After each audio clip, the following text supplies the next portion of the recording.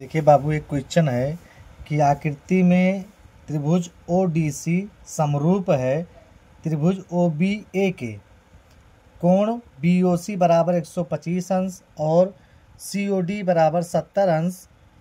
कोण डीओसी, कोण डीसीओ और कोण ओएबी का ज्ञात कीजिए। ये हमसे पूछा है बाबू। क्या किया है? पूछा है। देखिए ये क्या है आपका, डी बराबर कितना दिया है, देखिए ध्यान से। कह रहा है कि ओडीसी समरूप है किसके? ओबीए के। ओबीए के यानी ये वाला इसके क्या है? समरूप है। फिर क्या कह रहा है? बीओसी 125 अंश है, तो कह रहा है सी डी ओ बराबर कितना अंश दिया बाबू? 70 अंश दिया है। कह रहा है कि सी डी ओ बराबर 70 अंश, तो कह रहा है कि डी ओ सी ज्ञात कीजिए। लिखिए बाबू, हम इसको मान लें यक्स मान लें। क्या मान लें? यक्स मान लें। इसको वाई मान लें और इसको क्या मान लें? जेड मान लें। क्या मान लें? जेड। इतना समझ में आ गया बाबू? आगे देखिए, लिखते हैं हम कि चूंकि डी ओ बी देखिएगा ध्यान से, डी ओ बी एक सरल रेखा है। क्या कौन सी रेखा है बाबू? एक देखिए, डी ओ बी एक सरल रेखा है कि नहीं है? डी ओ बी एक सरल रेखा है। सरल रेखा है। देखिए वाई, ये पूरा कोण बनेगा ना, इससे पूरा कोण बनेगा कि नहीं बनेगा? देखिए ध्यान से, ये सरल रेखा पे बना कोण कितना अंश का होता है? 180 अंश होता है कि नहीं होता बाबू? 180 अंश होता है। तो मान लीजिए ये पूरा कोण बन गया तो कितने अंश का हो गया? 180। तो देखिए y प्लस 125 अंश बराबर 180 अंश। 125 दिया है, ये पूरा कोण कितने अंश का है? 180। y का मान हमको ज्ञात करना है, तो y बराबर कितना हो गया? 125 बराबर 100 कितना हो गया? 80।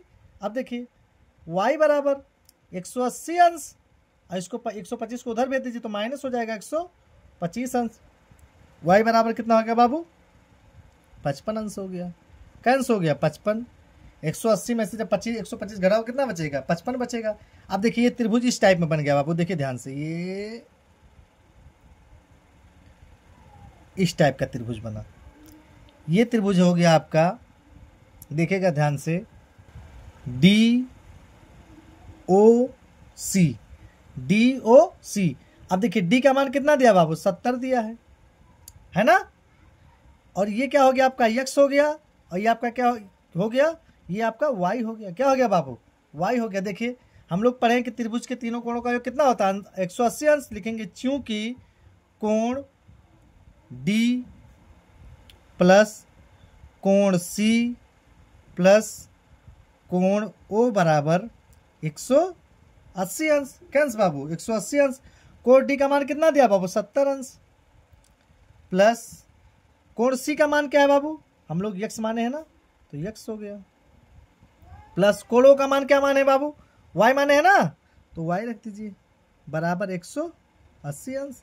तो 70 अंश प्लस यक्स का क्या अभी निकला नहीं, यक्स अंश, प्लस वाई का कितना निकाले बाबू? 55 अंश बराबर 180 अंश हो गया भैया। हुआ ना? आगे देखिए, 70 और 55 को जब जोड़ेंगे तो कितना आएगा? 125 आ जाएगा। देखिए यानी 125 अंश प्लस यक्स बराबर 180 अंश हो गया। यक्स बराबर हो जाएगा 180, ये प्लस है उधर जाए क्या हो जाएगा? माइनस 125 अंश। एक्स बराबर हमारा कितना हो जाएगा बाबू? कैंस निकलेगा एक्स का मान, फिर 55 निकलेगा। कैंस 55 अंश हो गया। एक्स का मान कितना हो गया बाबू? 55 अंश। पूछा क्या हमको? देखिए दिया है, क्या दिया था हम लोगों को?